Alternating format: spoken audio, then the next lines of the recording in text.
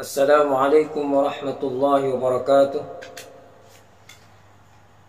Bismillahirrahmanirrahim. Alhamdulillahilladzi faddalana bil Qur'ani 'ala al-umami ajma'in wa atana bihi ma lam yu'ti ahadan minal 'alamin. Wassalatu wassalamu 'ala asyrafil anbiya'i wal mursalin sayyidina wa maulana Muhammad wa 'ala alihi wa sahbihi ajma'in. Amma ba'du. Saudara sekalian, para mahasiswa dan para penggiat Al-Quran, sahabat Al-Quran yang dicintai oleh Allah Subhanahu wa Ta'ala, kita akan membahas tentang kaidah pertama dari qawaid tafsir tentang mufassir, yaitu kullu man fassara al-Qur'ana fa'alayhi bi'ilmi at-tafsir. Kullu man fassara al-Qur'an fa'alayhi bi'ilmi at-tafsir. Setiap orang yang menafsirkan Al-Qur'an, maka ia harus menguasai ilmu tafsir. Kaidah ini atau kaidah ini adalah muncul dari satu permasalahan di mana menafsirkan Al-Quran tidak semua orang mampu melakukannya, dan tidak semua orang di dalam menafsirkan Al-Quran itu menghasilkan tafsir yang sahih, menghasilkan tafsir yang benar. Ada tafsir yang sahih, ada tafsir yang batil, ada tafsir yang benar, ada tafsir yang sesat. Oleh karena itu, dalam rangka melindungi umat, menjaga umat dari penafsiran-penafsiran yang batil, penafsiran-penafsiran yang sesat, maka para ulama, para mufassirun meletakkan dasar-dasar tafsir yang terkait dengan mufassir, meletakkan syarat-syarat yang harus dimiliki oleh mufassir yang dimaksudkan dengan tujuan agar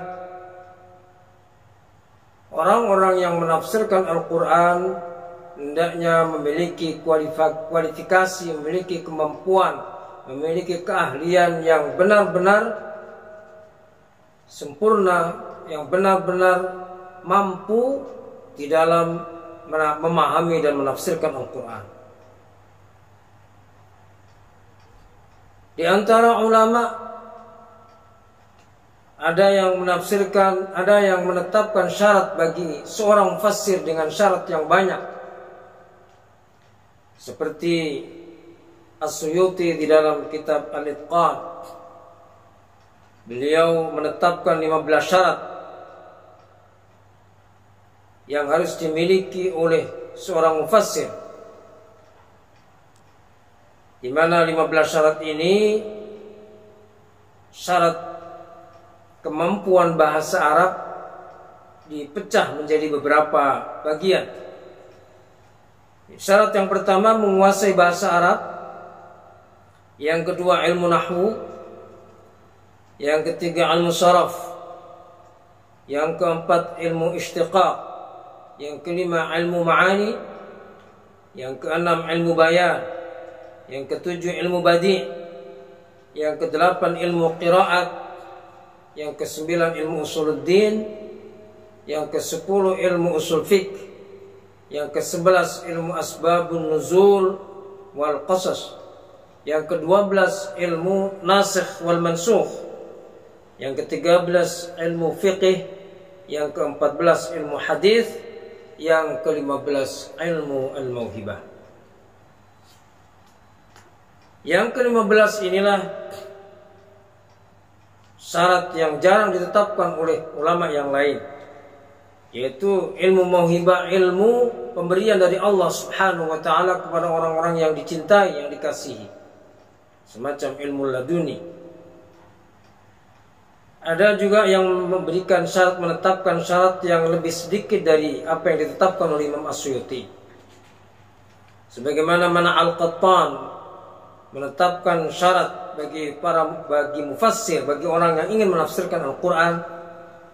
Yang pertama, hendaknya memiliki akidah yang benar. Yang kedua, tidak mengikuti hawa nafsu. Yang ketiga, mengutamakan penafsiran Al-Quran dengan Al-Quran. Yang keempat, menafsirkan Al-Quran dengan As-Sunnah. Yang kelima, apabila tidak ditemukan penafsirannya dalam As-Sunnah, maka menafsirkan Al-Quran dengan penafsiran sahabat. Yang keenam, apabila tidak ditemukan penafsirannya pada penafsiran sahabat, maka menafsirkan Al-Quran dengan penafsiran tabi'in. Yang ketujuh, ilmu bahasa Arab dengan cabang-cabangnya. Yang kedelapan, ilmu usul al-ulum. Yang kesembilan, cermat, memiliki kecermatan di dalam pemahamannya. Syarat-syarat yang ditetapkan oleh ulama ini sebetulnya tujuannya adalah agar di dalam menafsirkan Al-Quran, para mufassir memiliki kemampuan sehingga bisa dipertanggungjawabkan di dalam penafsirannya, agar melindungi umat, agar jangan sampai orang-orang yang sebetulnya tidak memiliki kemampuan tetapi menafsirkan Al-Quran sehingga bisa sesat dan menyesatkan. Kaidah kullu man fassara Al-Quran fa'alai bi'ilmi tafsir ini adalah berdasarkan hadis Nabi. Rasulullah sallallahu alaihi wasallam bersabda, "Man qala fil Quran bi ghairi ilmin falyatabawwa maq'adahu minan nar." Siapa yang berbicara tentang Al-Quran tanpa dilandasi dengan ilmu, maka silakan mengambil tempat di neraka. Hadis riwayat At-Tirmidzi. Hadis inilah yang menjadi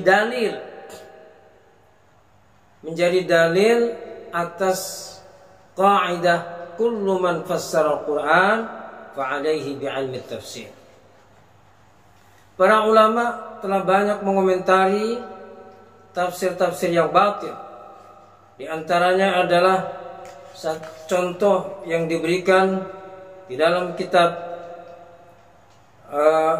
Mafatihul Ghaib Tafsir Al-Kabir. Fakhrul Razi menjelaskan bagaimana Az-Zamakhsyari menafsirkan surah An-Nisa ayat 164. A'udzu billahi minasyaitonir rajim. Wa rusulan qad qasasnahum 'alaika min qablu wa rusulan lam naqsushum 'alaik wa kallama Allahu Musa taklima. Wa kallama Allahu Musa taklima. Ini para ulama mufassirun menafsirkan bahwa Nabi Musa alaihissalam telah berbicara dengan langsung kepada Allah Subhanahu wa taala. Allah telah berbicara kepada Musa dengan langsung. Tetapi Az-Zamakhsyari menafsirkan lain, bahwa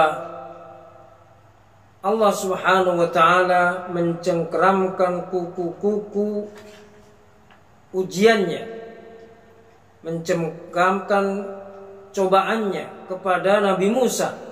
Jadi kallama ditakwilkan dengan jarraha, karena memang kallama memiliki makna juga jarraha, tetapi oleh para ulama dianggap bahwa penafsiran ini adalah penafsiran yang batil, penafsiran yang sesat, karena yang dimaksudkan di situ adalah Allah berbicara langsung dengan Nabi Musa. Kenapa Az-Zamakhsyari menafsirkan seperti ini?